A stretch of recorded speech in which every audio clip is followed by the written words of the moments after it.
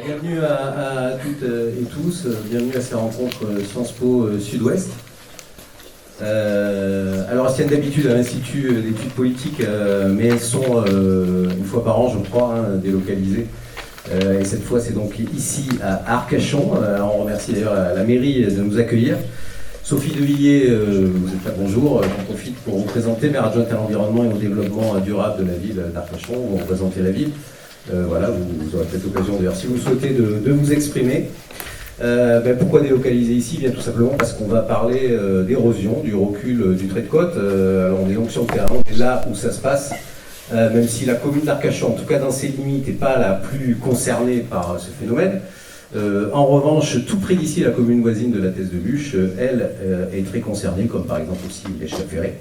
Et à la Teste, on parle évidemment de la Grande Dune qui recule, des plages océanes qui sont mangées par les flots. Je crois qu'on va avoir, le voilà, Éric Bernard, justement, élu de la Teste-de-Buch. Éric, installez-vous devant, s'il vous plaît. Merci, conseiller municipal délégué à Pilat-sur-Mer et à la mobilité et à la sécurité. Pareil, on aura peut-être l'occasion de vous faire intervenir. Alors, le principe de ces rencontres, la règle du jeu, ce sont des étudiantes, en l'occurrence de Sciences Po, qui ont préparé des questions pour nos trois invités, nos trois intervenants. Alors, elles l'ont fait sous la direction, la responsabilité pédagogique de Mazarine Pinjot, qui est entre autres enseignante à Sciences Po, que je remercie pour son travail et sa présence. Et donc, c'est cet après-midi une rencontre en fait sous forme de table ronde. Oui, les tables sont là, elles sont bien rondes. Alors, autour de trois invités, trois experts, on va dire, de l'érosion, qui ont des expertises complémentaires. Je commence avec vous, à vous présenter rapidement. Eugénie Cazot, vous êtes docteur en géographie spécialisée dans la gestion des risques côtiers, et en particulier par les marchés fonciers. Merci de votre présence, d'autant que j'ai compris, déjà que vous arrivez de Brest, c'est à la porte à côté. Nicolas Bernon, vous êtes ingénieur risque naturel et chef de projet, vous êtes au bout à l'Observatoire de la Côte Nouvelle-Aquitaine, observatoire qui a été créé, je crois, en 1996. Vous allez nous en parler. Nicolas Castet, vous êtes directeur du groupement d'intérêt public littoral aquitain. Alors on peut dire GIT, on peut dire GIC, vous m'avez dit, les deux fonctionnent. Surtout Nouvelle-Aquitaine. Surtout Nouvelle-Aquitaine, voilà, c'est pas littoral, seulement Aquitain, c'est Nouvelle-Aquitaine.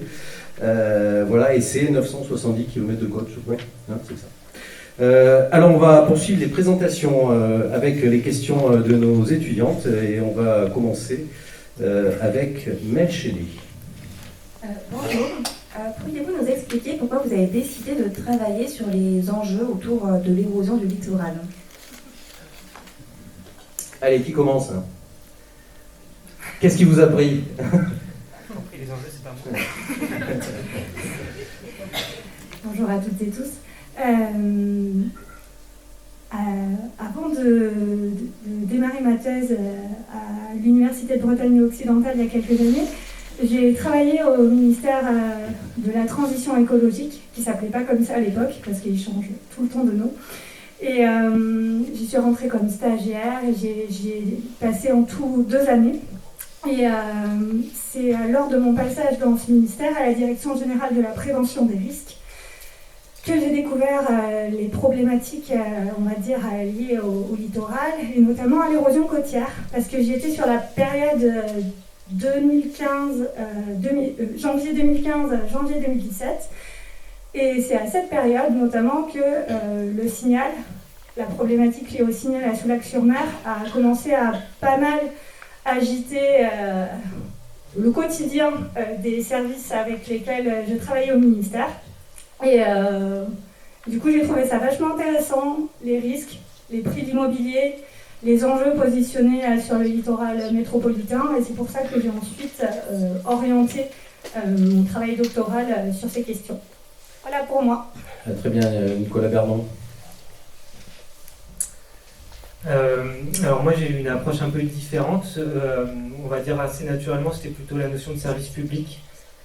Qui m'a donné envie de travailler sur quelque chose que je ressentais d'utile, mais par une voie plus scientifique, science physique, on va dire, la caractérisation des aléas, donc du risque du phénomène en lui-même, et après le croisement avec les enjeux constitue le risque. Donc pour moi, les enjeux, c'est le coup d'après. Moi, mon cœur de métier, c'est vraiment le phénomène naturel, les phénomènes naturels, puisque là, on va parler d'érosion côtière, mais c'est valable pour tous les aléas. Nicolas Castet. Alors, merci pour la question. Moi, je suis originaire de Sainte-Foy-la-Grande en Gironde et Je me suis destiné assez jeune à une carrière plutôt dans le domaine de la fonction publique. J'étais intéressé par la fonction publique territoriale. Je voulais agir dans le domaine de l'aménagement, donc j'ai fait des études dans ce domaine, à Bordeaux et à Pau.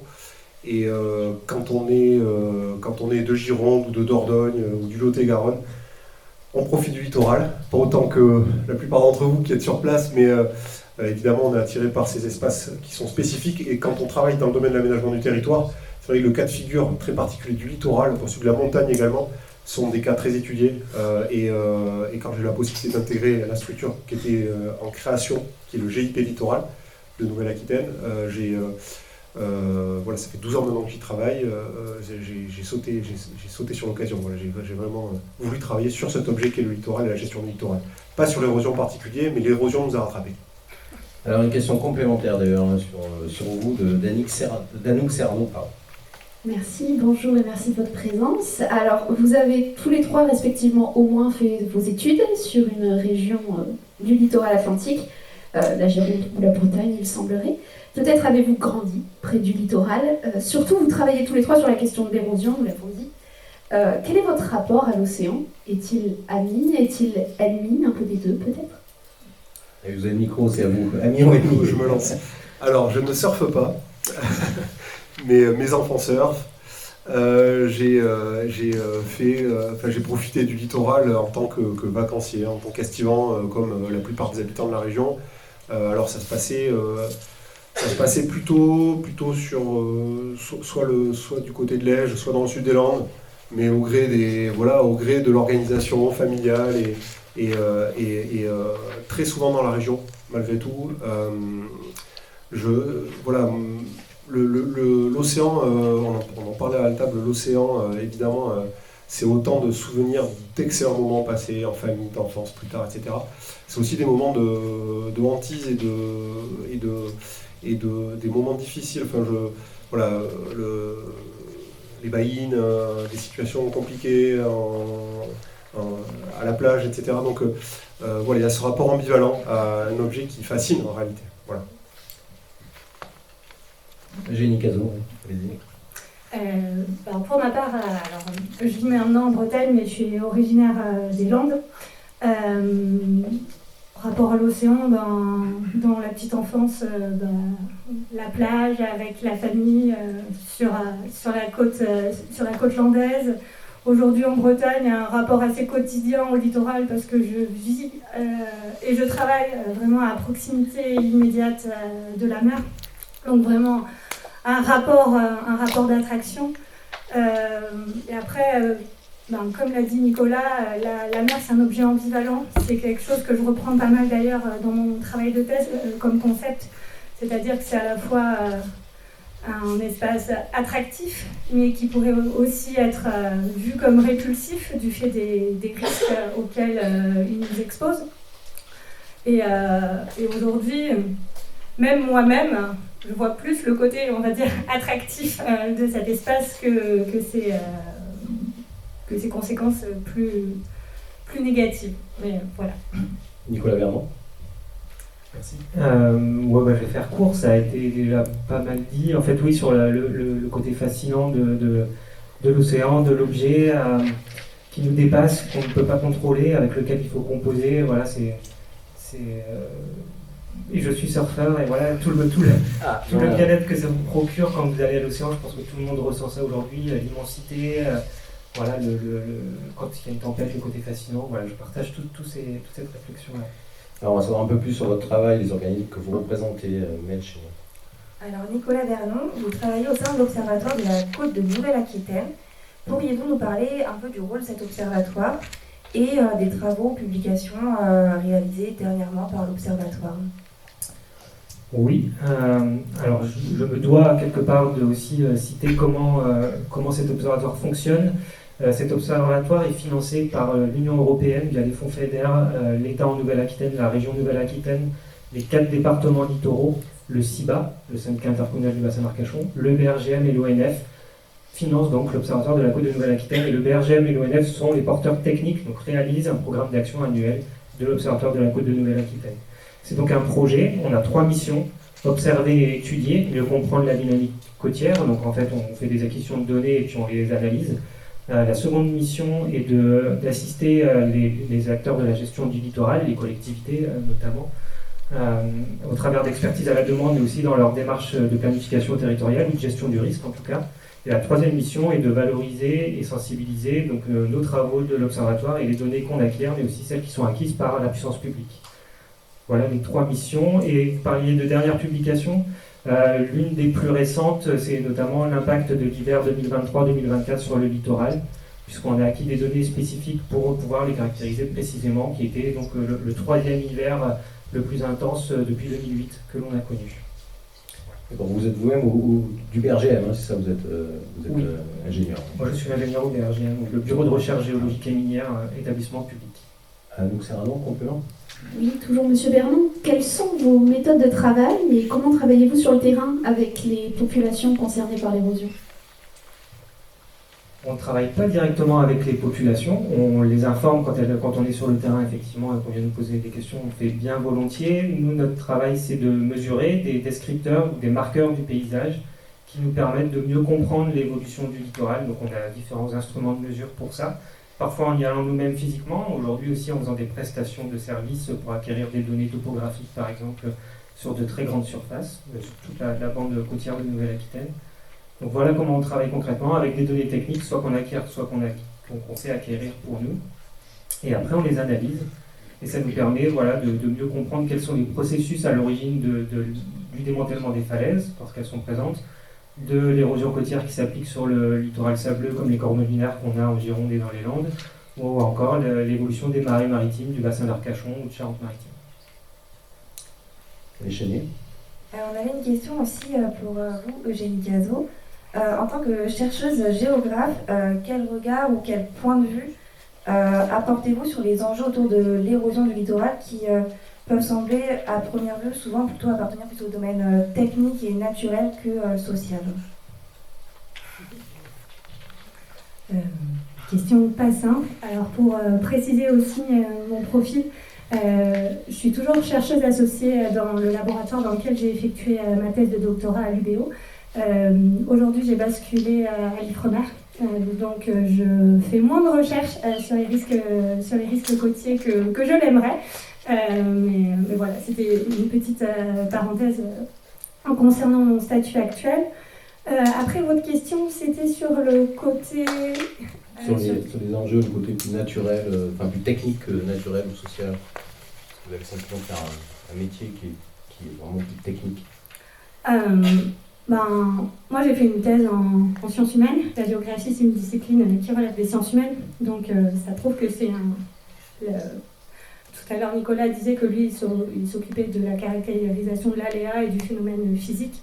Moi, ce qui m'intéressait dans le cadre de mes recherches doctorales, c'était vraiment les conséquences de ces phénomènes physiques sur les enjeux positionnés sur le littoral. Et les enjeux, c'est les enjeux humains. Donc, ça va être tout ce qui est bien et sécurité des personnes.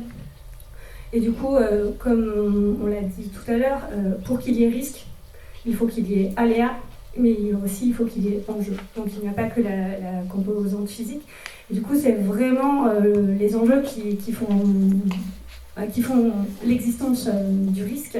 Et on ne peut pas apprécier l'érosion côtière que du point de vue de la dynamique naturelle, parce que ce qui fait qu'il y a un risque et ce qui fait que c'est un problème pour nous, habitants du littoral, c'est vraiment les enjeux qu'on a positionnés sur ce littoral. Je ne sais pas si je réponds à votre question, mais voilà. Anouk Serrano pour notre dernier expert intervenant. Oui, pour Monsieur Castet, vous travaillez au sein du GIP ou du GIP en Nouvelle-Aquitaine, important. Pourriez-vous nous expliquer son fonctionnement et ses objectifs? Avec quels acteurs travaillez-vous et quelles actions ou projets avez-vous mené dernièrement? Alors, je m'attendais à la question. je vais compléter ma réponse à la question précédente sur le rapport à l'océan, parce que je nous ai écoutés. J'ai été surpris par la question, j'ai répondu de manière un peu bateau, vous savez, on tâtonne un peu, et puis je nous ai écoutés tous les trois répondre de notre rapport à un espace naturel, sauvage. On vous a parlé un peu de l'océan comme une carte postale, et c'est vrai que si je ne m'étais pas fait prendre en piège, j'aurais dit non, mais le littoral, c'est d'abord 1 million d'habitants dans les territoires littoraux. Et c'est vrai que le GIP littoral, c'est le rassemblement, la réunion de toutes les intercommunalités du littoral, de la façade, donc de l'agglomération Pays Basque, au sud jusqu'à l'île de Ré, au nord, communauté de communes de l'île de Ré. Donc en tout 16 intercommunalités. Ici c'est l'agglomération Sud-Bassin et l'autre agglomération sur le côté Nord-Bassin, Coban-Cobas, qui sont membres du GIP. Et à côté de ces intercommunalités, on a aussi les départements, les conseils départementaux des 4 départements littoraux de la région et l'État. Alors tous ces acteurs qui sont des acteurs publics ont souhaité mettre des moyens en commun pour fournir une force de frappe, une capacité de réflexion et d'action aux collectivités sur les sujets sur le littoral et en matière d'aménagement. Donc voilà, il y a une tradition historique, une habitude d'intervention du public sur le littoral régional, en tout cas en ex-Aquitaine, puisque dans les années 70-80, la mission interministérielle d'aménagement de la côte aquitaine, la MIACA, a mené des politiques publiques, a mené des missions prospectives pour essayer d'anticiper les évolutions et accompagner le développement économique, alors surtout touristique à l'époque du littoral, mais déjà pointé un souci de la préservation des espaces naturels. Ça s'est fait dans une approche assez équilibrée des choses. Mais voilà, dans la continuité, dans l'héritage de ce travail, il a été décidé de créer un outil pour venir en appui des collectivités pour faire face à certains phénomènes. Et c'est vrai que depuis le début des années 2010, et en particulier après les tempêtes 2013-2014, la prise de conscience a conduit tout le monde à vraiment mettre les moyens, mettre le paquet sur la façon de répondre, sur la meilleure façon de répondre au phénomène d'érosion sur la côte. Oui, vous représentez toutes ces collectivités, donc un nombre certain d'élus, vous arrivez à les mettre à peu près tous d'accord, ça doit être compliqué quand même. Alors toutes les décisions ont été votées à l'unanimité depuis la création de l'UIP. Alors tout ça, c'est pas le hasard. C'est le fruit d'un travail technique préparatoire. En réalité, c'est aussi lié au fait qu'une prise de conscience très forte des phénomènes, et on a été très vite rattrapé par les phénomènes naturels. Vous vous rappelez de 99, 2009, les tempêtes hivernales, 2013-2014 avec des successions de tempêtes qui ont conduit à des érosions majeures. Quand on est face à un problème et qu'on se sent un peu isolé, un peu seul, accepter de l'aide de l'extérieur, accepter de mettre en commun, finalement c'est assez naturel. Alors après, je suis pas naïf, on ne travaille pas sur tous les sujets, on travaille sur des sujets bien identifiés, sur lesquels on s'est entendu qu'il fallait mettre en commun des moyens. À partir de là, on arrive à construire les choses en intelligence. Il y a des sujets qu'on ne traite pas non plus et qui font pas l'objet du même niveau de compromis. Très bien, écoutez, merci beaucoup. C'était une petite première partie de présentation de nos intervenants. On va maintenant passer à une deuxième partie qui sera plus état des lieux scientifiques. Voilà, Cléo Lamotte et Marie Brana. Première question de vous, Marie Brana. Oui, bonjour. Peut-être plus une question pour vous d'abord, Nicolas Bernon. Qu'est-ce que scientifiquement l'érosion côtière qui menace 50 000 habitations du littoral français d'ici 2100, est-ce que ce phénomène affecte-t-il de manière uniforme l'ensemble du territoire français ou observe-t-on des zones plus vulnérables que d'autres? Waouh. Qu'est-ce que l'érosion côtière? J'ai retenu ça, c'était une de vos questions. Après, c'est la question des enjeux et je pense que Nicolas pourra mieux répondre. Mais l'érosion côtière et la Nouvelle-Aquitaine dans l'érosion côtière par rapport aux autres territoires. Donc l'érosion côtière, c'est un phénomène avant tout qui est naturel. On a un stock ici en Nouvelle-Aquitaine de sable qui est présent quand on regarde l'océan, sur le fond marin en fait. Et ce stock n'est plus renouvelé, c'est-à-dire que les montagnes et les fleuves qui traversent les montagnes et les terres ne charrient plus suffisamment de sédiments pour renouveler ce que la mer mange. C'est un phénomène naturel, mais amplifié par le changement climatique, notamment chez nous, l'élévation du niveau de la mer en Nouvelle-Aquitaine, c'est la conséquence du changement climatique qui va impacter le plus l'érosion côtière et bien sûr la submersion marine chez nous. Donc phénomène naturel amplifié par le changement climatique. Il existe, donc l'érosion côtière, on l'a toujours connue, simplement on ne l'a pas toujours bien su, bien connue. Et effectivement, il y a eu une prise de conscience ces 50 dernières années, et encore plus ces 15-20 dernières années, avec une montée en puissance des politiques publiques autour de la gestion de ce risque, puisqu'on y avait installé un certain nombre d'enjeux. Tout ça a été dit. Donc l'érosion côtière en Nouvelle-Aquitaine, on est sur 2,5 mètres par an en moyenne en Gironde, 1,7 mètres par an en moyenne dans les Landes, autour de 20 cm sur la côte basque, et puis c'est un peu plus compliqué à définir sur la côte de la Charente-Maritime en ce sens, mais c'est à peu près 1000 terrains de football qui sont concernés par l'érosion côtière à horizon 2050 sur la Charente-Maritime, voilà, pour vous donner quelques ordres de grandeur. Donc chez nous, on a quand même une côte qui est globalement en érosion. Et à l'échelle du territoire métropolitain, j'ai pas les chiffres en tête, je suis désolé, mais c'est assez inégal en fait. Si on prend les côtes de la Bretagne, avec des côtes de granit, elles s'érodent beaucoup moins vite que des zones basses comme on peut en avoir en Camargue. Voilà. Et puis après, quand on parle de la France, il ne faut pas oublier les dom-toms, donc forcément on a des îles qui sont plus ou moins exposées au phénomène d'érosion côtière, avec des phénomènes climatiques aussi qui sont différents, de type des cyclones, mais voilà, il faut aussi avoir en tête qu'il y a des côtes avec des mangroves, des côtes avec des récifs. On ne les a pas tout de suite en tête quand on pense à la Nouvelle-Aquitaine, mais ce sont des territoires qui présentent leur propre vulnérabilité à l'érosion côtière. On est une région quand même plus touchée que les autres, globalement, non? Vous pourriez dire ça? Oui, alors je pense pas qu'il faut chercher Je parle du littoral français en général. Mais oui, on est touché par le phénomène. Disons que le recul du trait de côte s'y exprime, et s'y exprime clairement, à tel point qu'on arrive à le mesurer assez précisément. Il y a des zones où c'est un peu plus diffus, effectivement, comme je le disais par exemple sur les côtes à falaise de la Bretagne. Bon, ce sont des roches très compétentes qui ne s'érodent pas très vite. Et alors, avant de passer à la deuxième question, vous avez donné deux chiffres, 2,5 mètres, je crois, en Gironde, 1,5. 1,7 dans les Landes. 1,7 dans les Landes. Oui. Et on a le sentiment que c'est les mêmes côtes, c'est des plages de sable. Pour quelle raison il y a un mètre de plus en Gironde, vous savez? C'est une très bonne question. En fait, c'est une moyenne. Ces chiffres sont des moyennes. Il faut avoir en tête que c'est variable dans l'espace et les zones qui évoluent le plus rapidement sont les zones d'embouchure. En Gironde, on a deux embouchures, l'estuaire de la Gironde et l'estuaire du bassin d'Arcachon, dans lesquels on a des taux d'évolution du littoral qui sont très fortes. Et c'est pourquoi en Gironde, on a des vitesses de recul moyennes plus fortes. Donc plus fort près de l'estuaire. Plus forte près de l'estuaire, où on a parlé du Signal, voilà, c'est 7 mètres par an de recul au niveau du Signal, au niveau de ce lac sur mer. Et puis au niveau du bassin d'Arcachon, c'est très variable, mais on observe aussi parfois en un hiver plusieurs dizaines de mètres de recul, par exemple à la Salie l'hiver dernier. Cléo Lamotte. Oui, alors vous avez quelque peu anticipé ma question déjà.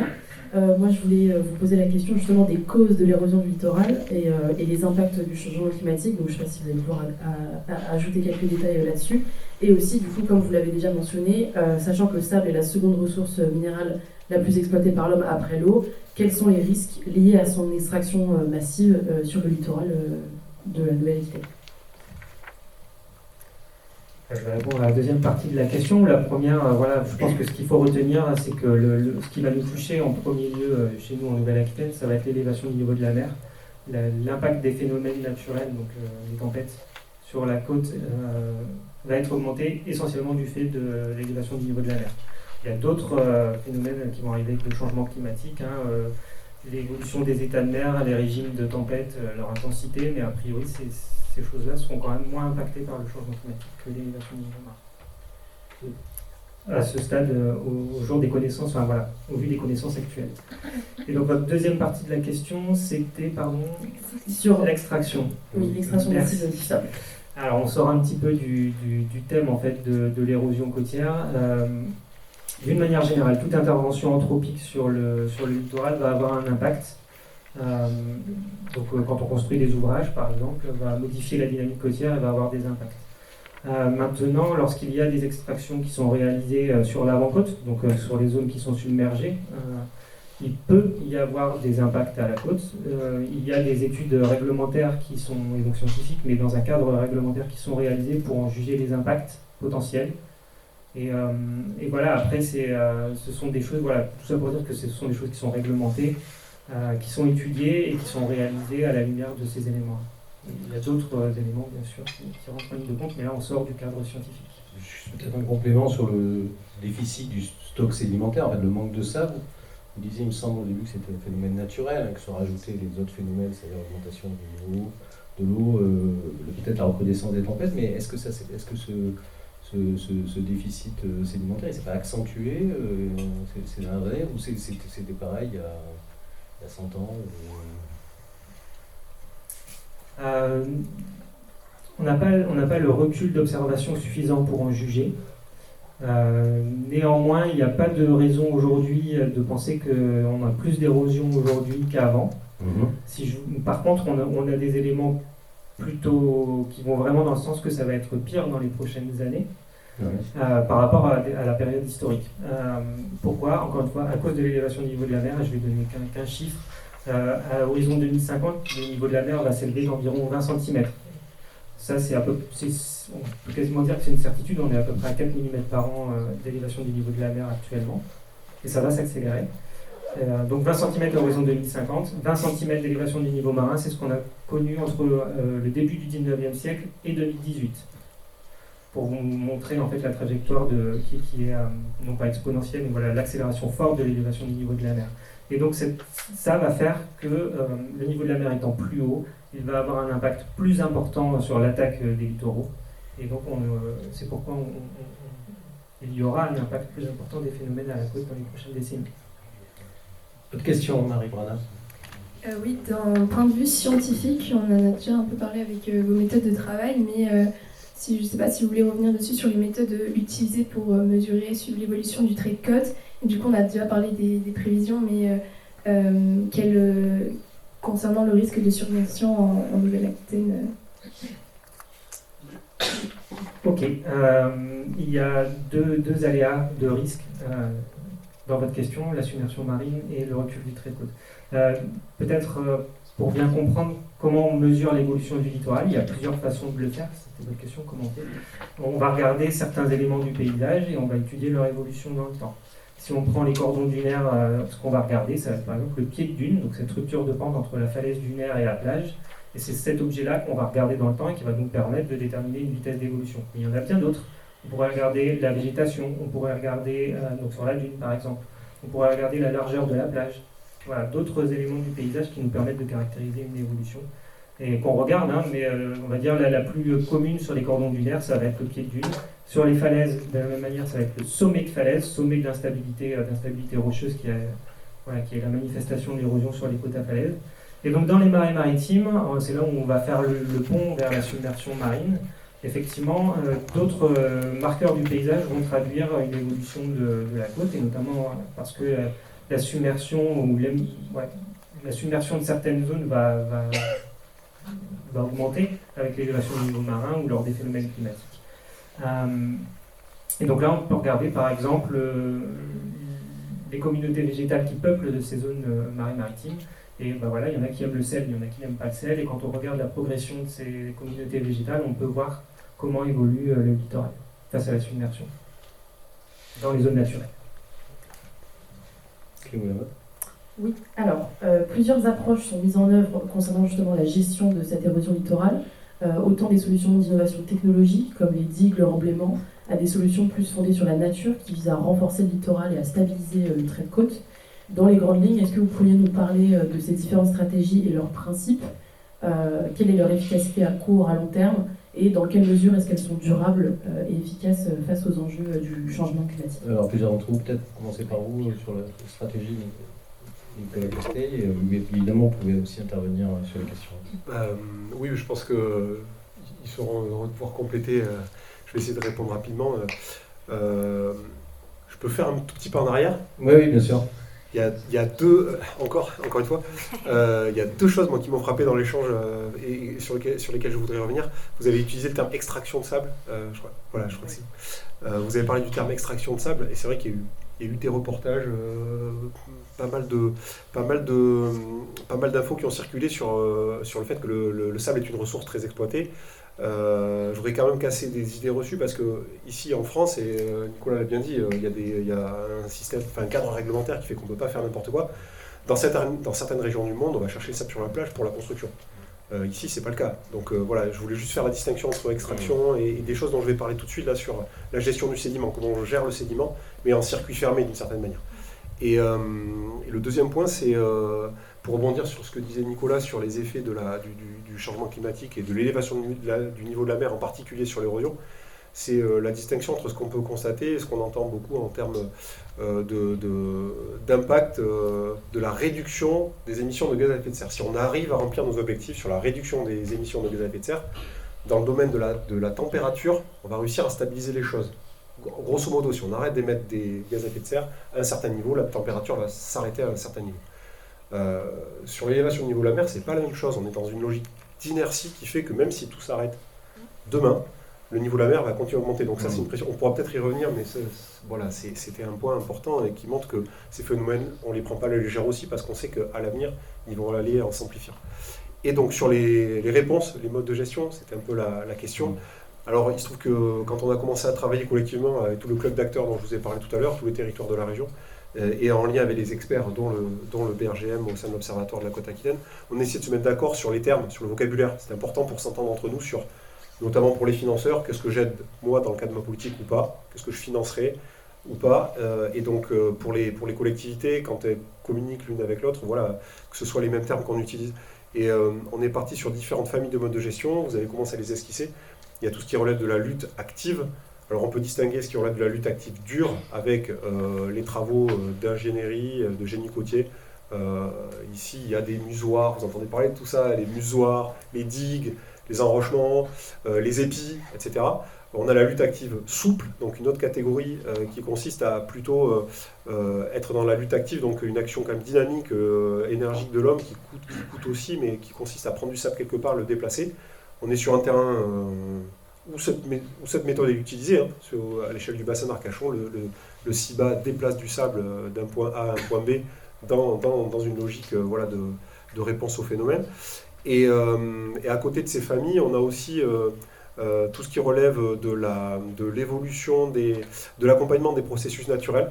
Alors, un exemple qu'on utilise beaucoup ici, c'est ce que fait l'ONF, quand on est sur des secteurs où la dune recule, on va agir par des plantations, par du génie écologique pour stabiliser les choses et gagner du temps.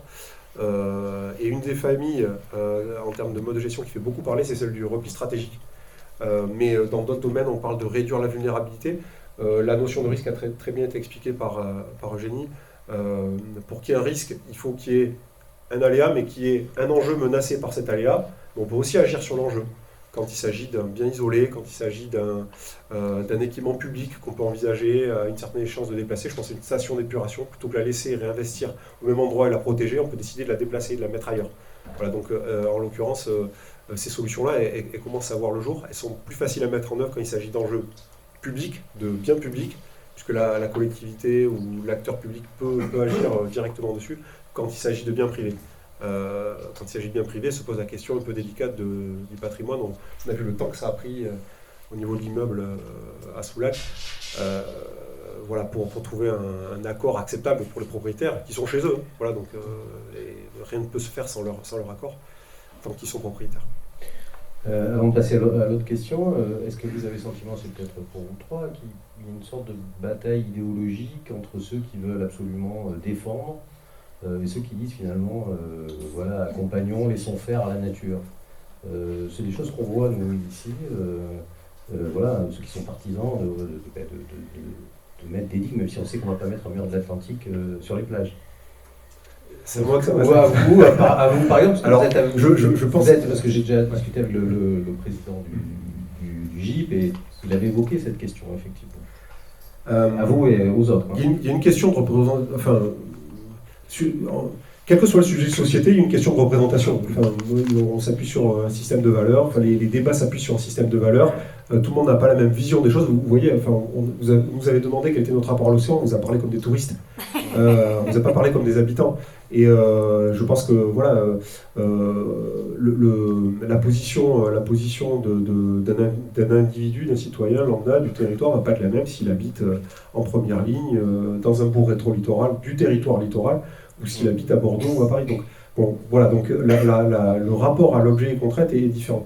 Après, en termes de politique publique, je pense qu'on peut assez facilement résumer les choses en considérant le qui est responsable et qui paye. À partir de là, je pense que ça résout beaucoup. Enfin, ça répond à la question. Qui est responsable et qui paye ?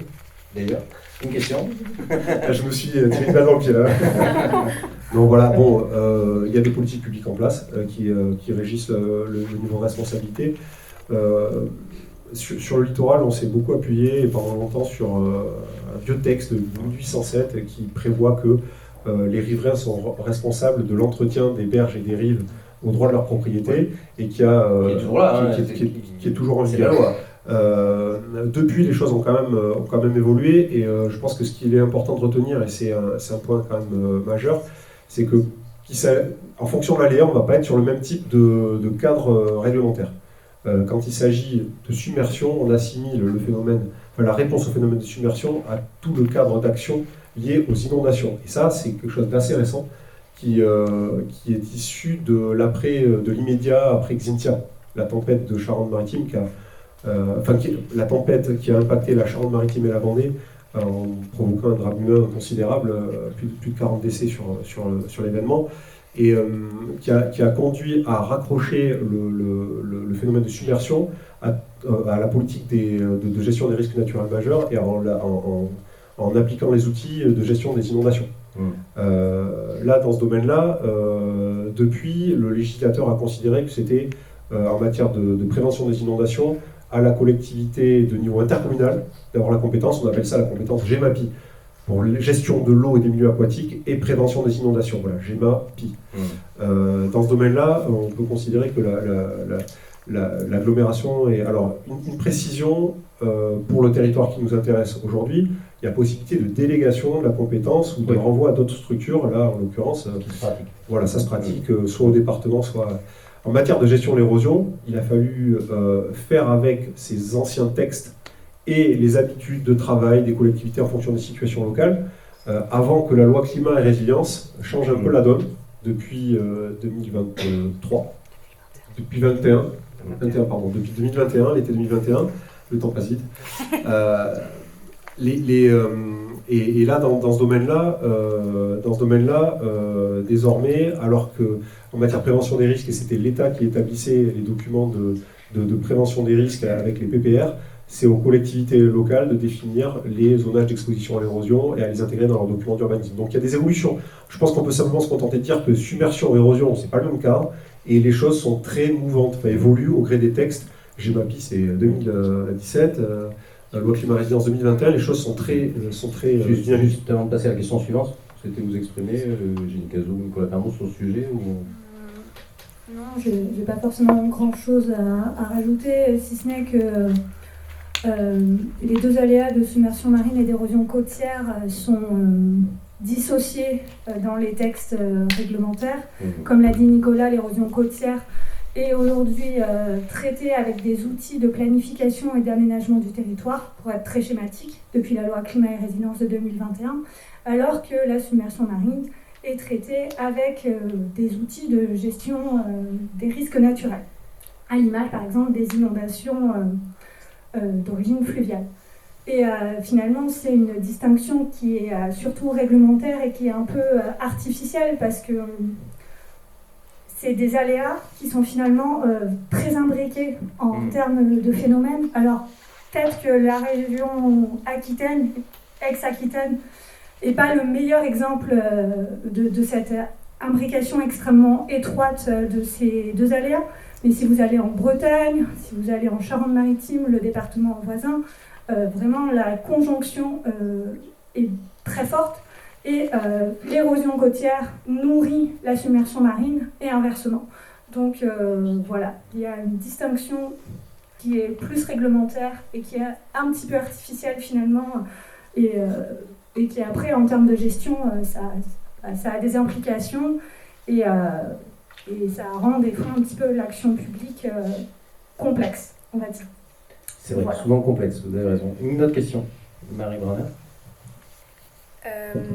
Pouvez-vous nous donner donc des exemples de zones côtières où les différentes solutions sont employées, et des évaluations de l'efficacité des mesures sont-elles réalisées pour améliorer la lutte contre le recul du trait de côte? Des exemples, vous devez en avoir quand même. Oui, bien sûr, non, des exemples, on en a plein. Enfin, qui marchent bien, des exemples qui marchent. Oui, non, qui marchent pas aussi d'ailleurs. Tout dépend par ce qu'on entend par ça marche, quoi. C'est-à-dire que quelle est l'échéance de temps déjà à laquelle on travaille, enfin, voilà, à quel horizon on se situe quand on met en place une mesure structurelle. Bon, je vais vous donner des exemples, je vais pas faire de théorie. Cap-Breton, lutte active souple. Cap-Breton, c'est un système côtier avec une digue d'accès au port de Cap-Breton qui bloque le sable au niveau de la plage Notre-Dame. Le sable est stocké à cet endroit-là, donc il y a une plage en accrétion, mais pour des causes d'aménagement, hein, pas de la main de l'homme. Et puis plus au sud, de l'autre côté du chemin d'accès au port, on a des plages qui sont plutôt en déficit. La collectivité, depuis 2007 ou 2008, a mis en place un système de bypass hydraulique. Alors concrètement, c'est des pompes fixes et des systèmes de tuyauterie fixes qui passent du nord vers le sud sous le chenal, qui permettent temporairement, pendant plusieurs semaines à l'avant-saison, d'aspirer un mélange de sable et d'eau au nord, plage Notre-Dame, et de ensuite de progressivement le déverser sur les plages du sud, et ensuite ce qui permet de recharger les plages du sud. Voilà, donc là, on parlait de lutte active souple, le bypass de Cap-Breton. Je réponds aussi à la partie de la question sur est-ce que c'est évalué. Oui, tout à fait, c'est évalué, parce que ça coûte de l'argent, ça coûte assez cher. Ça a coûté en investissement pour faire tous ces travaux, pour mettre en place les tuyaux et les systèmes. Ça coûte en électricité tous les printemps pour avoir l'énergie nécessaire pour faire tourner les pompes. Et ça coûte en ingénierie, enfin en temps, en équivalent temps plein de personnel qui s'occupe de tout ça. Avec les sociétés de travaux qui viennent, parce que le sable ne se répartit pas tout seul sur la plage. Il faut aussi faire les travaux pour, on appelle ça le régalage, enfin voilà, le reprofilage des plages. Au moment où ça a été mis en place, on a estimé, on s'était dit, bon voilà, ça permettra de déplacer X dizaines, voire presque 100 000 mètres cubes de sable tous les ans. Et puis au final, à l'usage, on se rend compte que c'est plutôt 25, 30 au mieux, 35. Donc c'est évalué en termes de volume, les volumes sont suivis, le coût associé également, et ces actions elles sont contractualisées, elles sont mises en place par une collectivité mais qui bénéficie de subventions, et les personnes qui financent ces actions demandent des rapports, des restitutions, des évaluations pour savoir comment on reconduit les choses ou pas, et donc c'est ce qui a été le cas là, à Cap-Breton il y a moins de 2 ans. Où un nouveau plan d'action a été mis en place, mais sur la base d'une connaissance nouvelle du phénomène. Les évaluations, Nicolas Vernon, c'est vous qui les faites, c'est ça? Il a son mot à dire. Non, sur la pertinence technique, c'est-à-dire si une solution de gestion est envisagée, type des rechargements ou un ouvrage, et sur son efficacité espérée, effectivement, on peut éclairer la puissance publique à dire oui, c'est une bonne idée, ou oui, ça marchera, ou non, ça ne marchera pas. On peut apporter des éléments de connaissance, après la collectivité reste maître de ses choix. Et pour rebondir sur ce que tu as pu dire, Nicolas, et la question par rapport aux solutions fondées sur la nature, les modes de gestion d'une manière générale, en fait, généralement, il n'y en a pas qu'un. Il y a une mise en œuvre de plusieurs modes de gestion qui s'imbriquent et qui sont complémentaires. Typiquement, quand on va mettre un ouvrage en dur, on va créer des pertes de sédiments au droit de cet ouvrage. Il va falloir faire des rechargements également. Et une dernière chose aussi par rapport à ça, c'est quand même dans les 2 dernières décennies, on est quand même passé globalement du tout ouvrage à l'apparition et l'emploi des techniques douces, donc souples, accompagnement des processus naturels, rechargement. Et ça s'observe de plus en plus, et quelque part, c'est les politiques publiques qui emmènent aussi les territoires vers ces stratégies-là. Mais c'est aussi une prise de conscience des phénomènes et de comment les gérer, comment s'adapter, en fait, et pas forcément, encore une fois, lutter contre, mais vivre avec.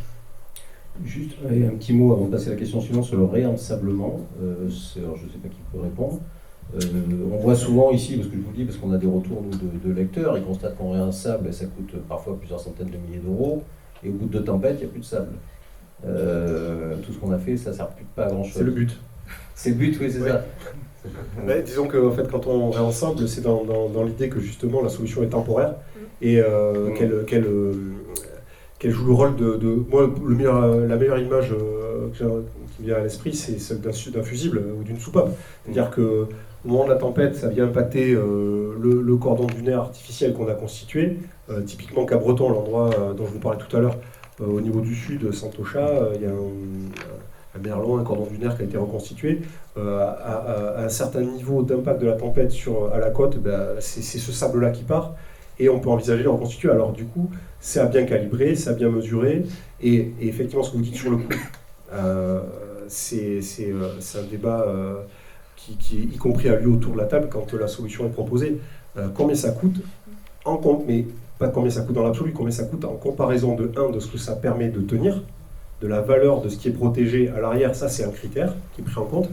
Combien ça coûte aussi en comparaison avec les autres scénarios de gestion. Si je mets en place un arrangement à cet endroit-là, combien ça coûte? Si je ne le mets pas en place et que je laisse tout partir à la mer, combien ça coûte à la collectivité ou en économie ou en coût direct ou indirect pour le territoire, etc. Donc c'est vrai que tout ça, c'est quand même globalement mesuré et les méthodes qui sont mises en place permettent d'estimer les choses. Une autre question que voilà. Alors oui, Nicolas Bernon, c'est à vous que je m'adresse, mais je pense que potentiellement d'autres expériences pourront aussi compléter. Pour sortir du cadre seulement de Nouvelle-Aquitaine, j'ai pu voir que vous avez eu quelques expériences, notamment à Haïti, Australie, Polynésie française. Quelles leçons peut-on tirer, s'il y en a, de la gestion de l'érosion côtière à l'international? Est-ce qu'on observe des approches qui sont différentes selon les contextes géographiques, socio-économiques? Et est-ce que certaines de ces solutions pourraient-elles être appliquées, adaptées au littoral français, justement? En matière d'ingénierie côtière, on exploite à peu près tout ce qui existe, et le bypass à Cap-Breton dont parlait Nicolas, il y en a 2 ou 3 dans le monde.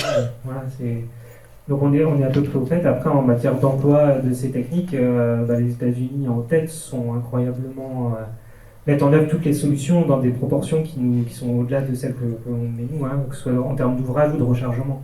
Ils font des choses astronomiques.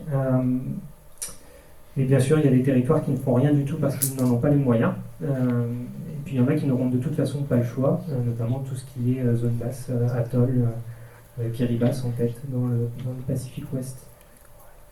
Il y a une solution toute récente qui serait apparue, qu'on aurait vue à l'étranger, qui pourrait être utilisée ici?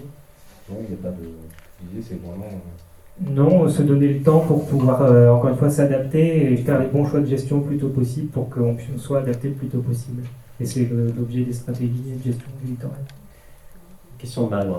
Oui, alors dernière question. L'érosion, on a donc vu que c'est un phénomène naturel, complexe et technique.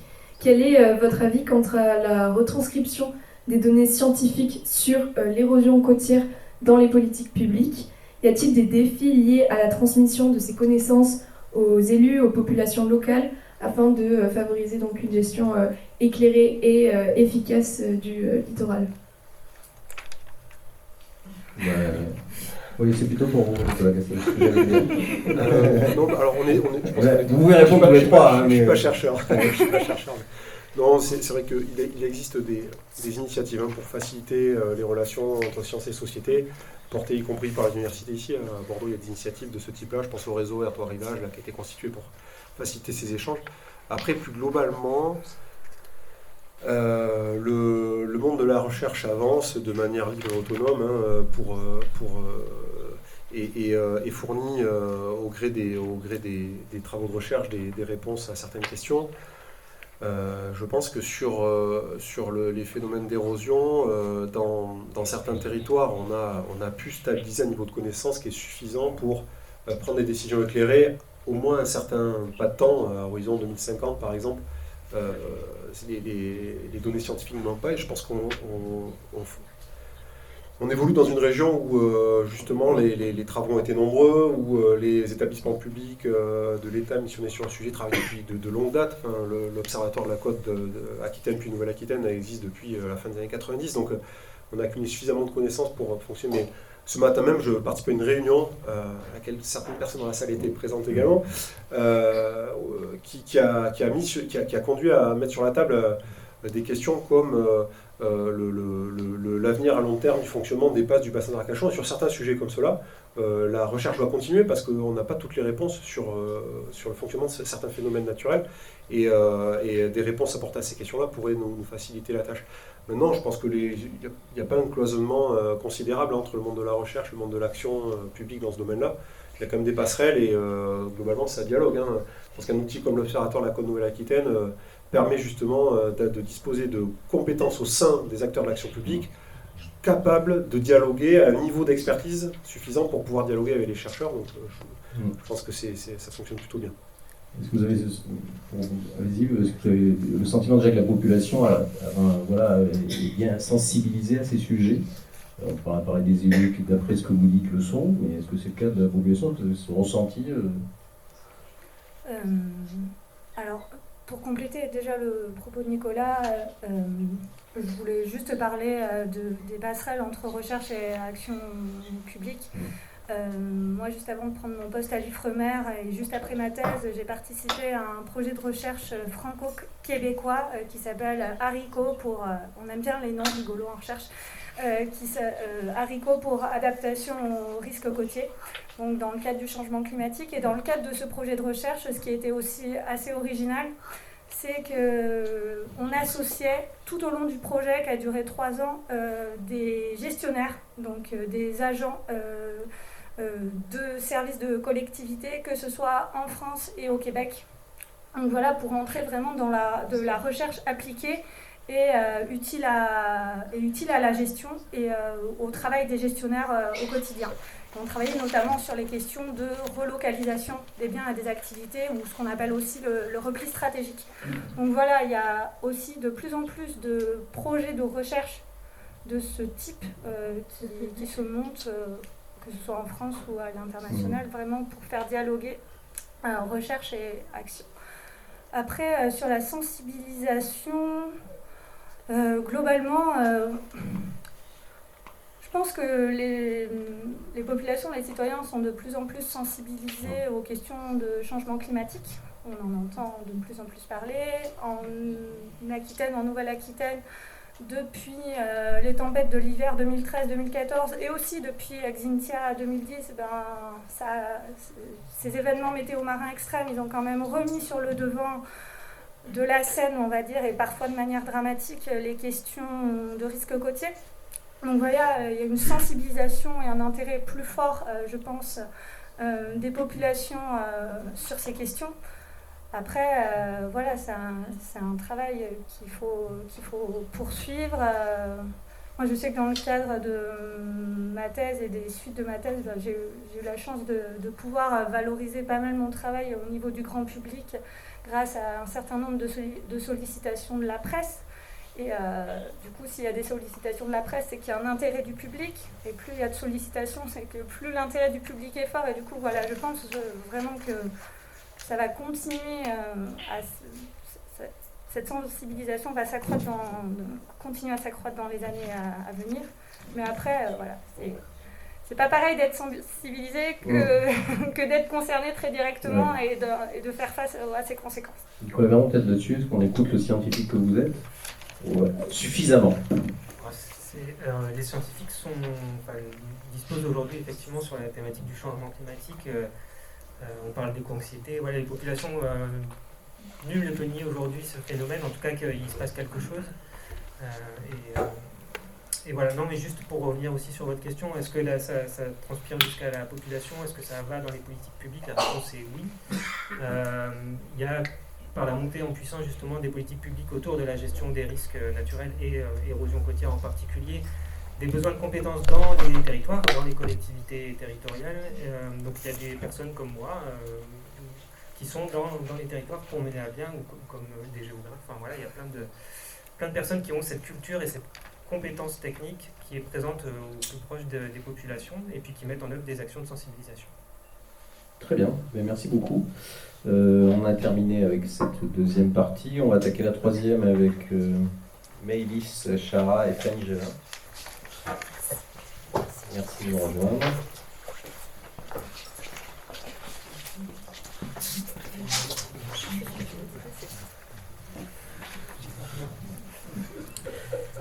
Alors, on commence avec vous, Maëlys Chara, avec une question qui a été un petit peu abordée déjà, mais qu'on peut développer. Allez-y. Bonjour.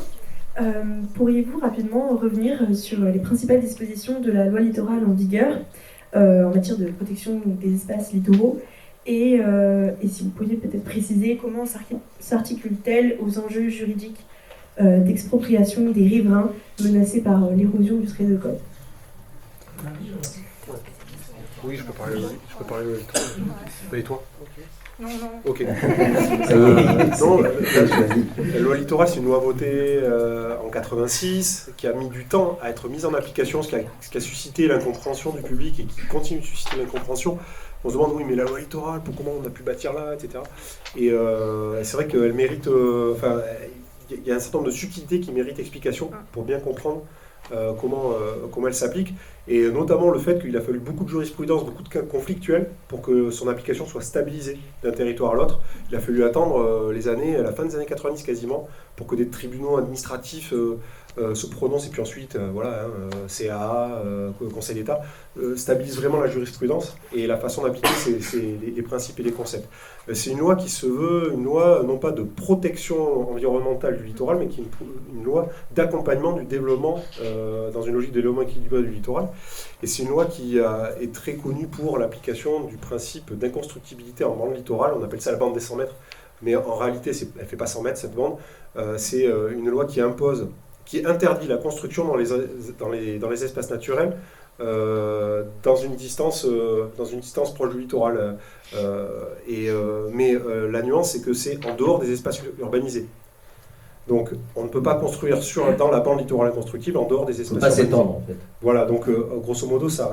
Alors, avec des nuances et des subtilités. Encore des nuances. Avec un second principe important, qui est que dans les communes littorales, concernées donc par la loi littorale, il n'est pas possible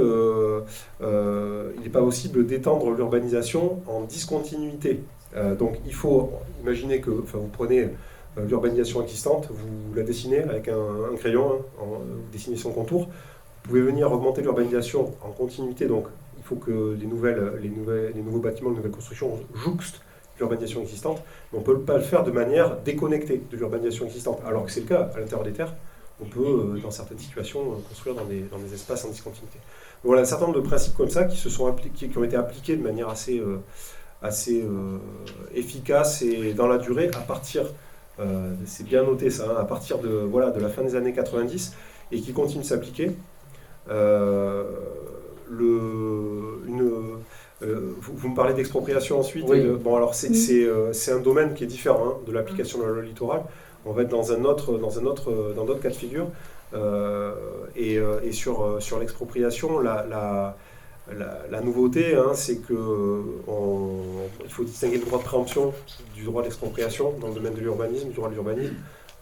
Préempter, c'est quand une vente a lieu, la puissance publique qui peut se positionner et se substituer à l'acquéreur. C'est ça la préemption. L'expropriation, c'est dans le cadre d'une déclaration d'utilité publique, la possibilité pour la collectivité de racheter de force le bien aux propriétaires concernés.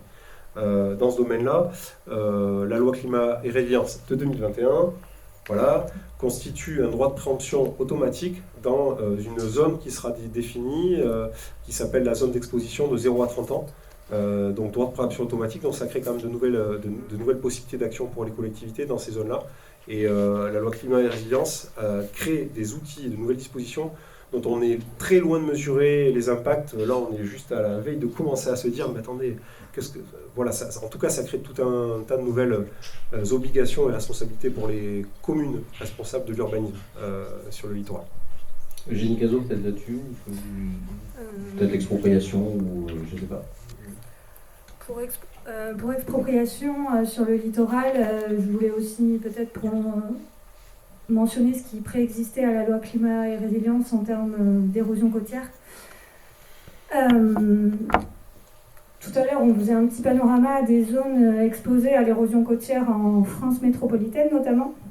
Et on n'a pas parlé des falaises crayeuses de Normandie. Vous savez, ces très hautes falaises en Seine-Maritime et dans le sud de la Somme, où les falaises font 40, 60, peut-être même jusqu'à 80 mètres de haut, et c'est des falaises qui reculent, des falaises de calcaire, donc finalement assez friables, assez sensibles à l'eau, et il y a une érosion à la fois en pied de falaise par la mer, mais qui est aussi accentuée par les infiltrations d'eau douce en cas de pluie, etc. Donc les deux phénomènes se nourrissent, on va dire, et fragilisent ces falaises. Et jusqu'en 2000, peut-être même encore maintenant, je ne sais pas, enfin jusqu'à la loi climat et résilience, et avant que la problématique du signal à Soulac-sur-Mer émerge, était utilisée pour les maisons ponctuellement très menacées par l'érosion côtière, le recul du trait de côte de ces falaises en Normandie, était utilisé le fonds Barnier, le fonds de prévention naturelle des risques majeurs. Donc c'est un fonds qui est alimenté par chacun d'entre nous dans cette salle si vous avez un contrat multirisque habitation. Donc vous payez une surprise à votre assureur qui vient alimenter en fait ce fonds de prévention des risques naturels majeurs qui lui vient financer derrière des actions de prévention des risques naturels. Et du coup, jusqu'à ce que le signal, la problématique du signal apparaisse, ponctuellement, les services de l'État en Normandie utilisaient le fonds Barnier pour venir exproprier les propriétaires de ces biens menacés par l'érosion côtière en Normandie. Et donc c'était sur des acquisitions de biens très ponctuels, une ou deux maisons concernées par-ci par-là. C'était pas encore de l'ampleur des biens menacés aujourd'hui qu'on a notamment sur la côte Aquitaine. Et du coup là on était sur un fonds qui finançait voilà, le fonds Barnier par exemple sur les risques naturels, ça permet de financer l'expropriation. Donc voilà, c'était un petit peu pour parler du fonds Barnier. Et aussi pour dire que depuis la loi climat et résilience, justement, comme on a clarifié la distinction entre érosion et submersion marine, ce qui relève des dispositifs des risques et ce qui relève des dispositifs de l'aménagement du territoire et de la planification, voilà, on a clarifié l'utilisation de ce fonds, en tout cas à ce stade, et du coup, on ne finance plus de l'expropriation. Enfin, les outils de la loi climat et résilience ne sont pas là pour financer de l'expropriation, c'est, comme le disait Nicolas, un nouveau droit de préemption qui a été créé pour permettre aux collectivités de faire l'acquisition, si elles le souhaitent, des biens menacés. J'espère que j'ai pas dit de bêtises. Alors on va avoir une autre question qui a trait aux tensions, aux relations qu'il peut y avoir entre les différents acteurs et en particulier notamment les élus locaux. Alors ça tombe bien, on en a deux dans la salle. Alors je ne sais pas si on va attendre la question, mais si vous souhaitez peut-être, Sophie Levilliers ou Éric Bernard, dire un petit mot, peut-être venir ici puis répondre éventuellement à la question de Fanny. Alors oui, donc, ça rebondit aussi exactement sur ce dont vous parliez. Ce serait une question sur les enjeux de protection du littoral. Donc on sait qu'ils suscitent des tensions importantes avec des acteurs aux intérêts contradictoires. On pense par exemple aux riverains, aux acteurs économiques, aux métiers de la pêche ou encore plutôt à la protection de la nature. Pourriez-vous nous donner des exemples peut-être d'actions qui ont été mises en œuvre en matière d'indemnisation, de compensation ou encore de repli stratégique par les municipalités et les acteurs de la protection? Bien. La question est complexe et politique, alors je vais essayer de répondre prudemment. Oui, tu veux dire quelque chose? Non, c'est bon. Donc je suis un élu de la Teste, donc je parlerai davantage de ce qui se passe sur notre territoire plutôt que ce qui se passe chez nos voisins par prudence et par méconnaissance. Il n'y a pas de tension, je crois que j'ai compris ce mot de loin, entre nous, il y a de la complémentarité. Ce matin même, on était ensemble avec Nicolas dans une réunion où justement nous parlons de ce sujet, du trait de côte et du retrait du trait de côte par le fait justement d'érosion littorale. Donc on recherche, il n'y a pas de certitude aussi, on voit bien que les scientifiques pourraient mieux répondre que moi. Les experts sont dans une phase d'expertise et d'observation que la nature a montré dans les temps connus, c'est-à-dire depuis un certain nombre de décennies, que ce qu'on prévoyait ne s'est pas nécessairement réalisé. Il y a des cycles. Il y a des cycles de rensablement, il y a des cycles de dégradation, notamment des bancs qui sont dans l'intérieur du bassin ou à proximité du bassin. Il y a des passes qui permettent de sortir du bassin. Il n'y a pas si longtemps, on naviguait sur les passes sud, et depuis une quinzaine d'années, on est sur les passes nord, parce que les bancs qui sont au milieu du bassin ont évolué. Alors, il n'y a pas de contentieux, il n'y a pas de conflit, il y a simplement une cohabitation. Il faut rechercher l'équilibre entre ce que la nature fait et ce que l'homme veut conserver, parce qu'il s'agit bien de conserver. Alors, on est tous d'accord pour observer que le niveau des océans, de la mer, progresse vers le haut. Et on est aussi d'accord pour constater que l'érosion sur nos côtes, alors je parle de nos côtes, je ne parle pas des valses calcaires de Normandie ou du nord de la France, ce trait de côte évolue avec une vitesse incroyable. Vous étiez, je crois, tout à l'heure du côté de la dune, et vous avez observé que la dune évolue aussi, elle recule, et elle s'est un peu effondrée depuis 2 ans par le fait notamment des tempêtes et des vents forts qui ont affecté la chose. Il est clair qu'on ne laisse pas forcément faire la nature tout ce qu'elle aimerait faire. Il y a sur notre littoral toute une série de défenses qui ont été d'ailleurs mises en œuvre par nos aïeux, si je puis dire, notamment sur le Pilat, où ce sont des perrets, ce sont des espèces de digues qui sont à la limite des propriétés, et par un coefficient de marée élevé, et par houle, la houle se fracasse sur ces perrets et empêche justement une érosion qui très rapidement emporterait probablement les maisons et l'urbanisme. À l'identique, à la dune a bougé, la dune a reculé. Je ne sais pas si vous avez compris ce que c'est que le musoir, je pense qu'on vous l'a expliqué, c'est la corne d'enrochement qui est dans la partie la plus sud du bassin côté Arcachon-le-Test, qui est là aussi, qui est un enrochement et qui a des effets sur l'érosion même de la dune, qui creuse et qui amène la falaise de la dune qui continue à s'effondrer. Donc toute œuvre humaine a des effets collatéraux. Certains sont nécessaires pour protéger les constructions humaines. On voit bien sûr, le Pilat est la première zone urbanisée concernée, au même titre qu'on voit plus au sud, sur les plages océanes, la ligne de côte reculée, et on a dû ces dernières années modifier complètement les zones de stationnement, les zones de secours des plages océanes, parce que la nature fait son travail. Et puis on l'a évoqué, il y a des rechargements réguliers, il y a des plages côté Pilat, pour à la ligne de défense que constituent les perrets, qui sont une forme de digue, rajouter du sable, de façon à retarder un petit peu l'érosion. Voilà. Donc je dirais qu'on attend des scientifiques qui nous éclairent, et puis on prendra les décisions les moins mauvaises et les plus judicieuses.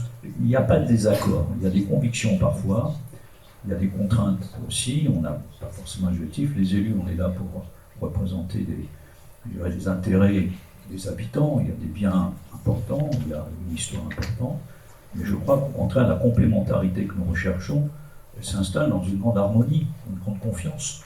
Et puis je note et j'observe au discours de ce matin que même reconnaissent avec une grande humilité le fait qu'ils ne sont pas certains de tout. En fait, c'est l'expérience et la mesure qui va permettre dans la durée de conforter une stratégie. Voilà. Merci beaucoup. Un mot, peut-être une réaction, un complément à ce témoignage. Oui, bien. Oui, pour souligner l'humilité de M. Bernard, qui, quand il a évoqué les plages océanes, moi je pense quand même à des actions d'une ampleur assez considérable menées par l'ONF et en lien avec la ville, de reconfiguration de l'offre touristique, et pas une offre touristique anodine. Ouais. Je veux dire, les plages océanes du sud-bassin, la Salie, le Petit Nice, la Lagune, ça parle pas seulement aux testeurs, aux habitants du sud-bassin, ça parle aux habitants de toute la région, et c'est un point d'accueil, un point où se concentre une partie du tourisme régional, et heureusement qu'on a ces magnifiques plages pour faire tourner également l'économie régionale. Et c'est vrai que dans un secteur comme ça, le choix a été fait, je crois que ça a été dit par Nicolas, il faut combiner les modes de gestion. Sur un secteur comme la forêt domaniale et les dunes domaniales, il n'est pas question d'intervenir en dur. Par contre, c'est pas anodin et ça va pas de soi de déplacer un parking, de changer un point d'arrivée de navette du point A vers le point B, parce que c'est compliqué sur le plan réglementaire, il faut des autorisations, tout n'est pas simple. Les postes de secours aussi, dans lesquels vous avez investi, qui sont déplaçables maintenant, qui vous permettent de jouer avec les éléments. Tout ça, il y a une petite révolution culturelle quand même qui s'est opérée. Et je pense qu'il y a une quinzaine d'années, ça a été dit aussi, on était quand même dans la réponse, dans le tout technique, dans le tout génie côtier, et on est quand même passé à autre chose. Et globalement, une réponse plus douce. Pour élargir la focale, il y a très peu de nouveaux ouvrages en création, en investissement dans les communes du littoral régional. Se pose la question, là où il y a un héritage, d'entretenir ou pas et comment, de modifier. Le museau, il a été modifié en termes de profil, parce qu'on connaît mieux scientifiquement, on est plus à même de trouver des réponses. Aujourd'hui, qu'il y a une vingtaine d'années, quand il a été réalisé. Voilà, mais en tout cas, il y a une vraie prise de conscience des élus. Moi, sur d'autres sujets, peut-être que je ne dirais pas la même chose, mais en tout cas, sur ce sujet-là, il y a une vraie communauté de travail qui fonctionne. Merci. Une autre question, Mélisse Charin. On en a un petit peu parlé déjà, mais face à des effets du changement climatique sur l'environnement qui s'accélère, comment pouvons-nous penser l'aménagement du territoire dans une perspective durable du littoral? Et par rapport aux liens juridiques, les plans d'urbanisme le prennent-ils en compte pour concilier donc, attractivité et recul du territoire littoral? Allez. Je vais vous pourrez aussi répondre. Non. Bah, si, il me semble que c'est un Mal à l'aise bon. à fond. Oui, en termes d'intégration dans les documents d'urbanisme, c'est un vrai axe de travail. La loi climat résilience responsabilise les collectivités et les collectivités dans les plans d'action des stratégies locales dont on parle depuis tout à l'heure. Je n'ai pas donné trop de détails, mais une stratégie locale de gestion de la bande côtière, c'est ce qu'a mis en place la ville de La Teste, ce qu'a mis en place la ville de Lège-Cap-Ferré. Alors on parle de ces deux communes-là parce qu'elles sont très concernées, elles ont une façade océane, donc elles sont concernées plus que d'autres. On peut en dire à Madame la représentante de la ville d'Arcachon, c'est vrai qu'Arcachon, on n'est pas dans le même type de dynamique, mais il faut savoir qu'à l'échelle régionale, 14 stratégies de ce type existent. Biscarrosse, Cabreton, je vous parlais de l'île de Ré par exemple, qui est en train de lancer la sienne. Et à chaque fois, à l'échelle de cette stratégie, se pose la question, des suivis scientifiques, comment on observe, comment on améliore les relations entre la science et le territoire pour bien maîtriser l'évolution des phénomènes sur la durée. 2, comment on intègre tout ça et ces nouvelles données dans les documents d'urbanisme pour éviter de se créer des problèmes futurs. C'est la question de la prévention des risques. Rendre inconstructibles des endroits où on sait que l'érosion va frapper, c'est un sujet qui est traité dans les collectivités de la région depuis 2013-2014. Il y a un axe de travail à ce sujet. La loi climat et résilience, moi j'ai tendance à penser que la loi climat et résilience, elle a reproduit le schéma de Nouvelle-Aquitaine au niveau national pour l'appliquer aux autres régions. Et globalement, c'est un travail qui est vraiment bien avancé dans les collectivités de la région. Même chose en matière de sensibilisation des habitants, d'amélioration de la connaissance des habitants des phénomènes, puisque c'est un axe de travail qui figure au sein de chacune de ces stratégies, en plus de ce qu'on a dit sur les travaux, comment faire les bons choix. Voilà. Oui, allez-y. Peut-être un complément par rapport à votre question. Donc je suis d'accord avec tout ce que Nicolas a dit. Votre question, c'était aussi comment c'est pris en compte le changement climatique dans l'aménagement du territoire et l'urbanisme. Il est dans les méthodes de caractérisation des aléas, et quand on se projette dans des documents de planification, on va à plus de 100 ans, que ce soit pour la submersion marine ou que ce soit pour l'érosion côtière. Et donc aujourd'hui, les questions qui se posent, c'est ok, mais comment on introduit le changement climatique en recul du trait de côte ou en submersion? Voilà, comment on fait cette transition? Donc, il faut choisir quels paramètres on considère du changement climatique. Je vous ai dit, chez nous, en Nouvelle-Aquitaine, ça va être essentiellement l'élévation du niveau marin. Et donc, comment on traduit cette élévation du niveau marin en recul du trait de côte supplémentaire ou en submersion marine supplémentaire?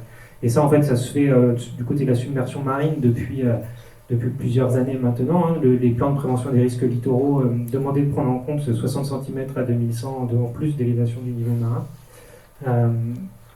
Et puis en recul du trait de côte, on a aussi des règles qui permettent de traduire une élévation en recul supplémentaire. Donc c'est fait. Aujourd'hui, la loi climat et résilience dit d'ailleurs que pour les cartographies de recul du trait de côte à plus 30 ans et plus 100 ans, il faut le faire. On est en mesure de le faire avec certaines règles et sur certains environnements.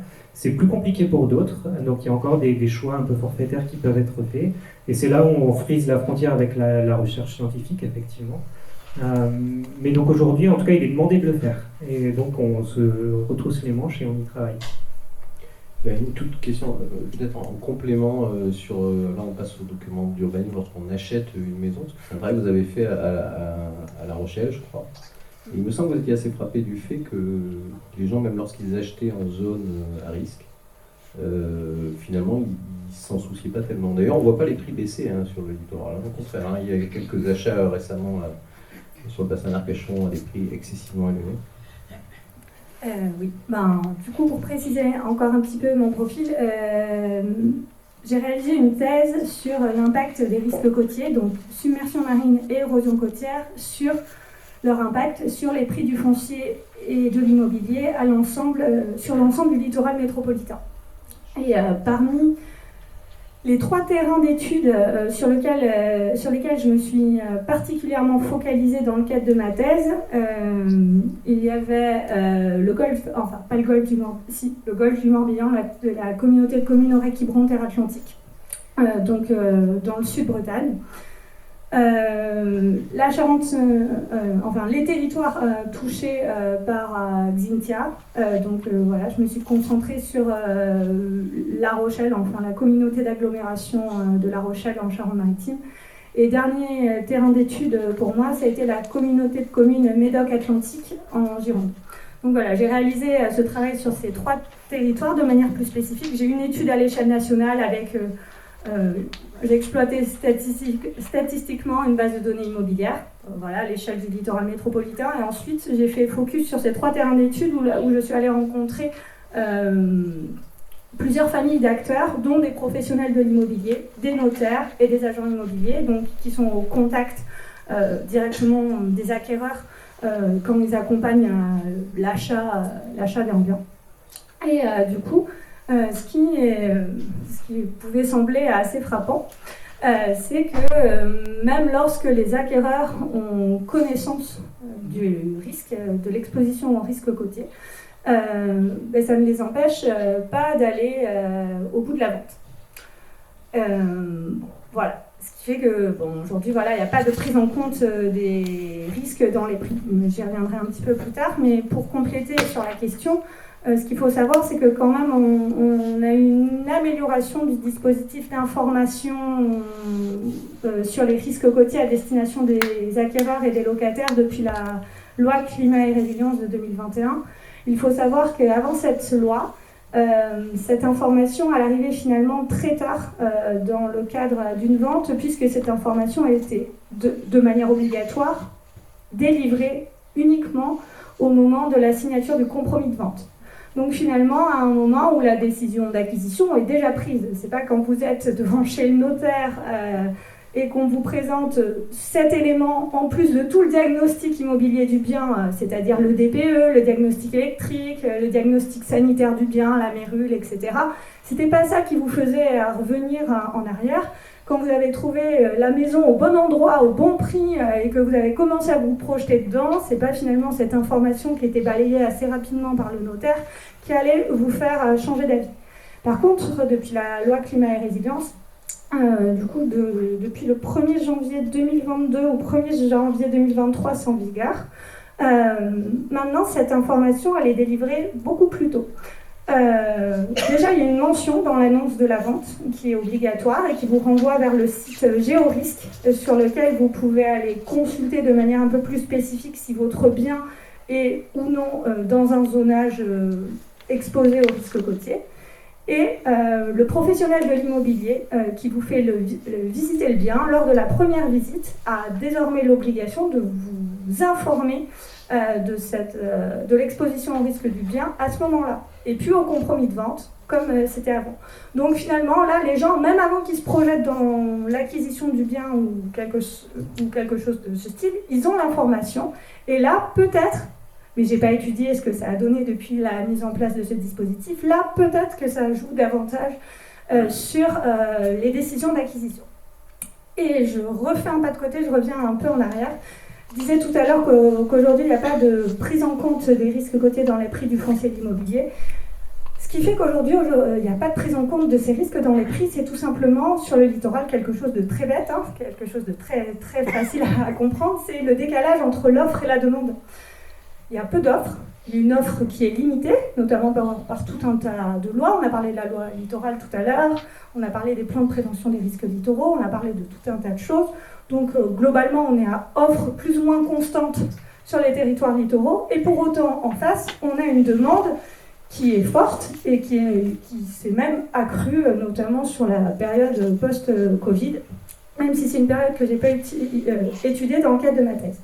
Et donc, tout bêtement, quand bien même il y aurait un acquéreur qui ne souhaite pas se positionner sur un bien du fait de son exposition au risque côtier, vous en avez 10 derrière qui, eux, se positionneront. Parce que de toute façon, il n'y a pas d'offre, ils veulent habiter en bord de mer, et voilà, il y a beaucoup plus de demandeurs que d'offres disponibles. Donc, mécaniquement, pas de traduction en termes d'influence des risques sur les prix.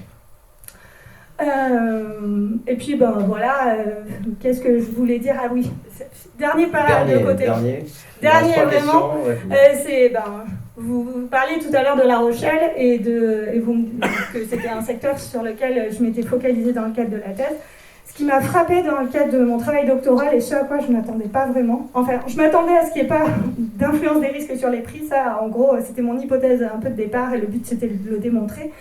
Par contre, je pensais tout de même que la tempête Xynthia, qui a eu un bilan humain dramatique, donc plus de 40 morts, directement liés aux submersions marines sur les départements de Charente-Maritime et de Vendée. Du coup, je m'attendais à ce que là, quand même, j'observe quelque chose suite à cette tempête. J'ai rien vu dans mes traitements statistiques, mis à part un tassement du volume des ventes pendant quelques mois, c'est-à-dire que les acquéreurs, les vendeurs, se sont mis dans une position attentiste pendant quelques mois, sachant pas s'ils allaient acheter, vendre, voir comment le marché immobilier allait se comporter. Et puis à l'été 2010, à peu près 6 mois après la catastrophe, les prix sont repartis comme avant, et voilà, il n'y a jamais eu de baisse des prix. Donc voilà, si on en revient sur la mer, objet ambivalent, à la fois attractif, répulsif. Voilà. Merci pour cet éclairage. Allez, il reste 3 questions. Une de Fanny Génin sur le tourisme. Oui, alors sur le tourisme, on sait qu'il a des conséquences importantes sur le recul du trait de côte. Alors est-ce que vous pourriez peut-être expliciter quels sont ses effets et son influence vis-à-vis des autres facteurs du littoral en les comparant peut-être et selon vous aussi peut-être serait-il nécessaire de restreindre l'accès aux zones particulièrement fragiles? La dernière question est plus politique, mais vous pouvez répondre. Oui, non, mais avec ça peut être votre avis. Avec plaisir. Et il y a tout un débat sur le surtourisme par les temps qui courent. Et nous, on a tendance à parler de tourisme soutenable plutôt. Et les régions réellement saturées par la présence de tourisme au point qu'il faut renoncer aux bénéfices du tourisme, elles sont assez rares en réalité. Et c'est un message qu'on essaie de faire passer. Il est tout à fait possible de commencer par encourager les gens à venir à la plage à des heures différentes ou à décaler leur séjour ou à partir un peu plus tôt, un peu plus tard, etc. Et donc il y a quand même moyen de cohabiter dans la durée. Par contre, je m'interroge sur votre question. Je me demande pourquoi vous pensez que le tourisme a un effet sur l'érosion du trait de côte et est-ce que vous pensez par exemple à la dégradation des espaces dunaires par le piétinement, par les visiteurs, des choses comme ça. Et donc si c'est ça que vous évoquez, je pense qu'on peut être d'accord. Alors je laisserai Nicolas peut-être répondre sur ce point, mais est-ce que le piétinement de la dune provoque de l'érosion? Enfin, ce serait exactement ce qu'on entend. Il a été bien étudié. Enfin, le phénomène a été bien étudié. Et on parle d'autres facteurs. Hein. L'érosion, c'est un déficit en sédiments qui est lié à des facteurs d'origine géologique et accéléré par les effets du changement climatique et l'élévation du niveau de la mer. L'origine, la cause principale du problème, elle est là. C'est vraiment ça le sujet. Par contre, sur la question de l'impact du tourisme sur le milieu naturel, qui est un vrai sujet, et notamment en matière de préservation de la biodiversité, il faut savoir que le cordon dunaire ou les milieux littoraux sont des milieux naturels extrêmement fragiles, d'abord parce qu'ils sont fréquentés et aussi parce qu'ils sont extrêmement riches du point de vue de la biodiversité. On y trouve des espèces rares, on y trouve des espèces pour certaines menacées, donc c'est un sujet en soi d'envisager de protéger les espaces naturels littoraux. Des efforts sont faits, je pense qu'il y a quand même beaucoup d'exemples dans la région pour faire juste un pas de côté. Je pense à des plages comme la plage de la Super Sud à Lacano ou la plage des Viviers à Biscarrosse ou des espaces qui vont faire l'objet de réaménagement aussi sur le territoire de la commune de La Teste ou à Lège. Des espaces qui ont été aménagés pour limiter l'impact de la fréquentation touristique sur les milieux. L'idée principale, c'est de canaliser la fréquentation, de faire en sorte que les gens qui viennent et qui se rendent à la plage, on ne pourra pas les empêcher de venir.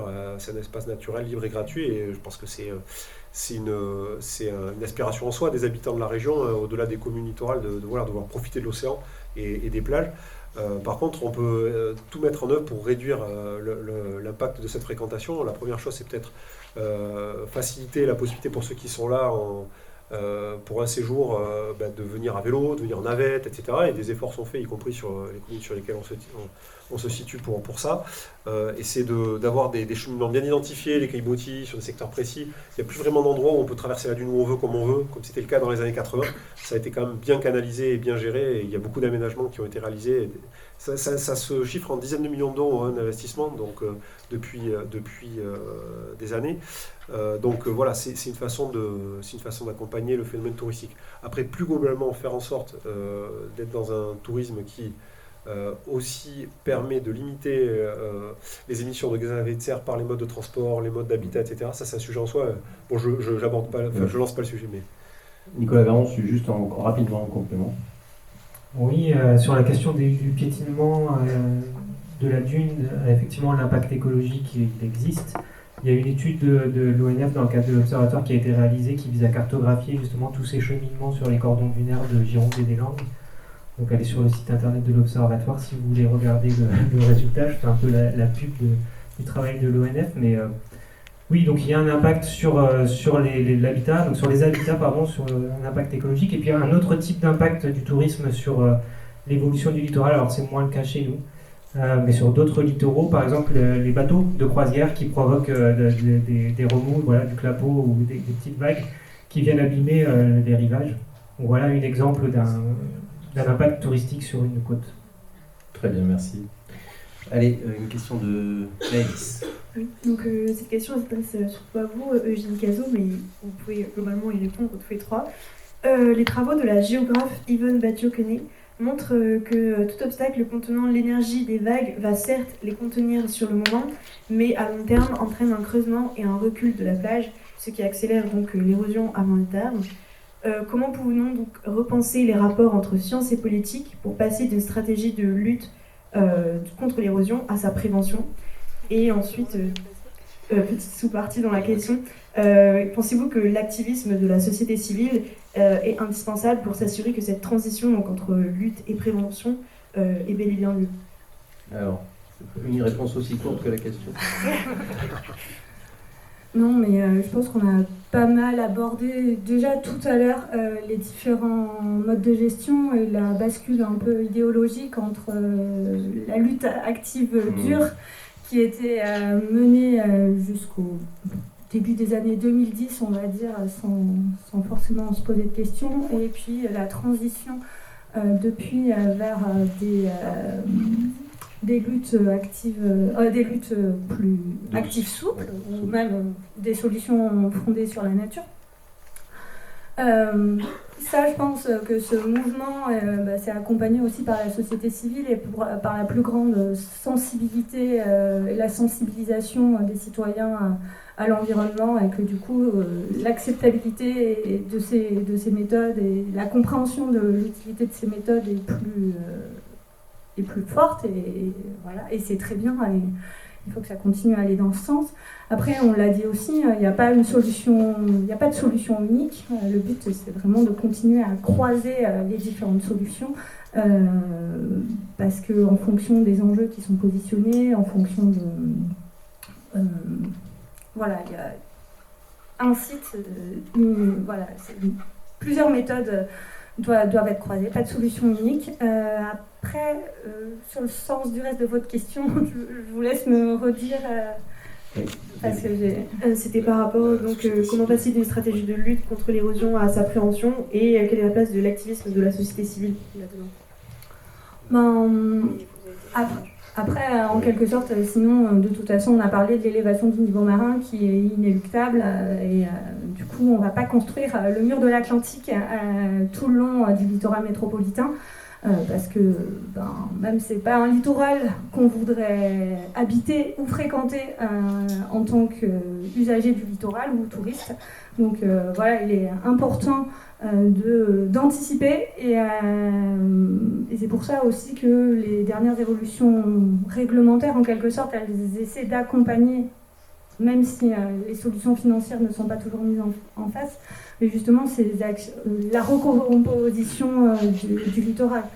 Après, sur l'appui de la société civile, j'ai pas forcément d'éléments, je sais pas si... Peut-être, voilà, votre question m'amène à penser le parallèle entre la mise en application de la loi littorale à partir des années 86, voilà, et fin des années 80, comme je disais, qui a mis beaucoup de temps à être traduite en jurisprudence et qui a eu des effets réels vécus, enfin, que les habitants ont pu constater sur le territoire qu'à partir de la fin des années 90, début 2000. Et moi, je me demande si finalement ce nouvel arsenal juridique là, de la loi climat résilience qui change la donne en termes de responsabilité, qui crée de nouveaux outils, il va pas falloir beaucoup de temps pour qu'ils se stabilisent, et y compris par la jurisprudence. Et alors, la jurisprudence sur la loi littorale, elle s'est pas faite alors, elle s'est en partie faite sur la base d'actions, d'associations, de militants, etc. Je pense à certaines associations locales en Bretagne qui ont été super dynamiques pour tout attaquer. Il y avait même des formulaires automatiques pour attaquer tous les permis à un moment donné. Mais je pense qu'elle s'est plutôt faite suite à des contentieux entre pétitionnaires, demandeurs de permis de construire, et collectivités ou services de l'État. Et voilà, je pense qu'on peut se projeter dans un monde où il y aura quand même un peu de contentieux suite à la mise en place de tous ces nouveaux outils. Et c'est plutôt du contentieux qui se fera sur la base de conflits entre propriétaires, je pense, et puissance publique, et pas vraiment entre associations et puissance publique. Beaucoup de contentieux, donc beaucoup d'articles dans le journal. Dernière question, voilà, ce sera un peu le mot de la fin pour chacun. Oui, alors pour revenir un petit peu aussi par rapport à la question sur votre rapport au littoral, donc cette fois-ci ça va être une question sur comment réinventer réellement notre vision du littoral et des liens que l'on peut entretenir avec lui. Et si vous pouviez préciser par rapport aux moyens dont on dispose collectivement et individuellement pour mieux anticiper et prendre en compte les conséquences de nos activités sur les zones côtières. Yann. Bon, je ne sais pas si ça va être une réponse très précise à votre question. Comment penser notre usage du littoral? Il y a des concepts qui apparaissent un peu comme la consommation d'espace. Comment on consomme, comment on utilise cet espace? Nicolas l'a dit, comment on y va? Qu'est-ce qu'on y fait? Donc ça passe par exemple, je ne vais pas surfer tout seul, je vais mettre une annonce pour faire du covoiturage. Voilà, comment on réfléchit un peu plus à l'impact environnemental de notre pratique. Mais ça se pose pour tous les secteurs d'activité et je ne me prononcerai pas dessus, la pêche. Voilà, et que dire de plus? Voilà, vraiment, moi, c'est un des messages aujourd'hui, c'est cette question du changement climatique. Il va falloir de toute façon... En fonction des politiques mondiales d'émissions de gaz à effet de serre, on va connaître des impacts plus ou moins importants. Il y en aura quoi qu'il arrive, Nicolas l'a dit, il y a l'inertie du système climatique, l'eau va continuer de monter, les glaciers vont fondre, les calottes glaciaires aussi, et le niveau d'eau va monter. Portrait un peu noir du futur, mais néanmoins c'est ce qui va se produire. Maintenant, si on limite nos émissions, on aura un impact qui sera moindre. Donc voilà, tout ce qu'on peut faire dans ce sens-là fera qu'on sera plus à même de profiter encore de l'espace qu'on connaît aujourd'hui dans le futur. Oui. Oui, moi j'ai envie de répondre aussi parce que ça me semble important de rester sur une note trop pessimiste à ce sujet-là, parce que en introduction, on a parlé des 50 000 logements menacés à 2100, etc. Ça fait partie des études du CEREMA, l'échelle nationale. 6 000 sur la côte. Sur la côte, vous avez très bien précisé, M. Bézat, que c'était 6 000 ou 600. Ou 600 en fonction des défenses. Exactement. Non, on l'a précisé au déjeuner, là. On oui. l'a pas précisé là. Ah, pas tout à l'heure, d'accord. Pardon. C'est 6 000 si on ne défend pas, 600 si on défend. Ils sont menacés. Logements, voilà. Habitation. Exactement, donc c'est 6 000 ou 600. Et donc ce rapport de 1 à 10, il est extrêmement important. Mais qu'est-ce qu'on met dans ce rapport de 1 à 10? On met peut-être pourquoi pas des politiques publiques intelligentes. Moi, ça me semble intéressant de m'adresser à des étudiants de Sciences Po en leur disant voilà, on a tendance à très long terme à se projeter sur la base de scénarios. Il faut bien choisir un scénario d'évolution du climat, et à partir de là, on part d'hypothèses en termes d'élévation du niveau de la mer, et ça donne un certain niveau d'aléas et donc de risques et donc de bien-menaces, etc. Mais en comparaison de ces années d'évolution du climat, on a aussi des années et des années de politiques publiques, et pourquoi pas de politiques publiques intelligentes, qui sont des politiques publiques qui s'appuient sur des notions comme ce qu'on appelle les trajectoires d'adaptation. C'est-à-dire, je mets en place une action, mais je sais qu'elle a un effet mesuré, limité dans le temps, et donc qu'à un moment donné, il faut que je me pose d'autres questions, et que je reconsidère les effets de ce que je suis en train de faire, etc.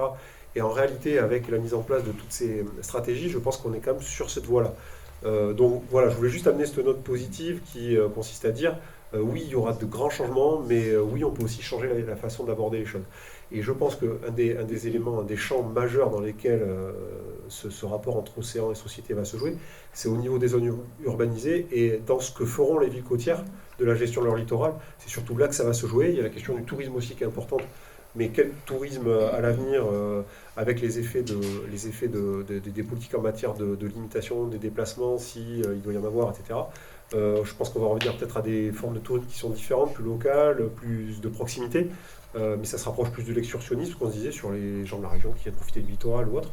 Donc voilà, les formes de tourisme, puis quand même cette question de comment nos villes gèrent leur littoral, et des choses sont vraiment en train de bouger à ce niveau-là. Merci beaucoup. Alors, il reste quelques minutes. Il y a possible... Ah, pardon.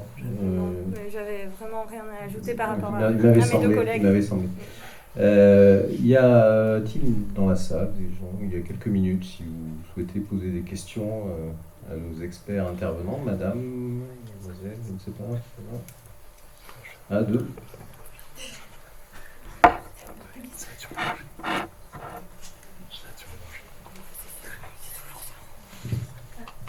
Vous m'entendez là ? Oui. Du coup, moi, peut-être que c'est une question un peu trop spécifique, mais j'ai grandi sur l'île d'Oléron et j'ai vu qu'il y a dans un article, il parlait du fait que les 2/3 de l'île pourraient disparaître d'ici 2100 et il disait que ça, c'était s'il n'y avait pas justement de mesures de protection. Ouais.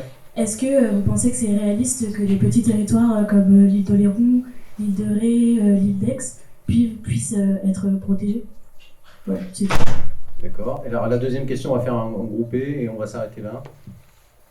Oui, bonjour, je travaille au Conseil maritime de Façade et ce travail-là, c'est notre sujet, entre autres, qui nous revient tout le temps.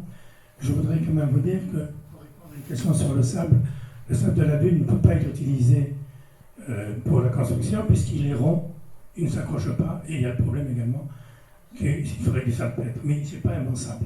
D'autre part, tout ce que l'on voit pour la Cano, Biscarrosse-Plage, Osgore, c'est à cause d'une mission qui a été créée, qui s'appelle l'AMIACA, qui avait prévu la construction de ces villages en bord de mer, et qui était donc, on s'aperçoit que c'était une très grosse erreur, puisque maintenant on parle de repli, et je vous invite à connaître ce dossier de l'AMIACA, la mission interministérielle de l'aménagement de la côte d'Aquitaine, qui a été fait par M. Biasini à l'époque.